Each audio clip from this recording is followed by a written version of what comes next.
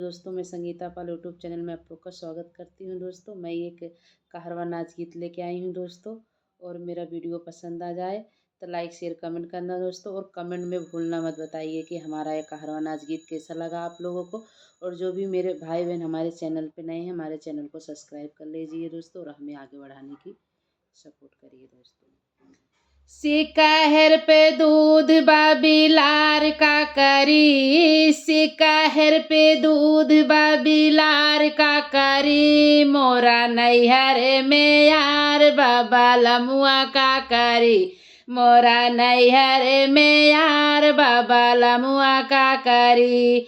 Police दारोगा को तवाल का करी, पुलिस दारोगा को तवाल का करी, मोरा नैहर में यार बालमुआ का करी, मोरा नैहर में यार बाबा लमुआ का करी। सिकाहर पे दाही बाबिलार का करी, सिकाहर पे दाही बाबिलार का करी, मोरा नैहर में यार बाबा लमुआ का करी, मोरा नैहर में यार बाबा लमुआ का करी।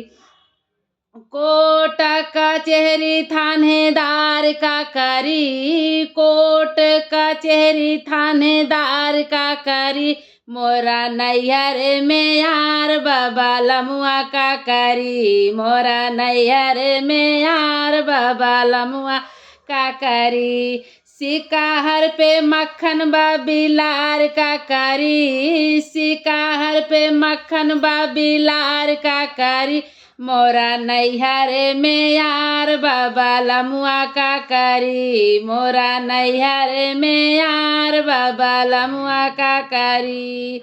सासुर नदिया देवर का करी, सासु नदिया देवर का करी, मोरा नैहर में यार बाबा लमुआ का करी, मोरा नैहर में यार बाबा लमुआ का करी। सिकहर पे दूध बाबिलार का करी, सिकहर पे दूध बाबिलार का करी, मोरा नैहर में यार बाबा लमुआ का करी। टोला मोहल्ला हमारी सासू का करी, टोला मोहल्ला गौआ हमरा का करी, मोरा नैहर में यार बाबा लमुआ का करी, मोरा नैहर में यार बाबा लमुआ का करी।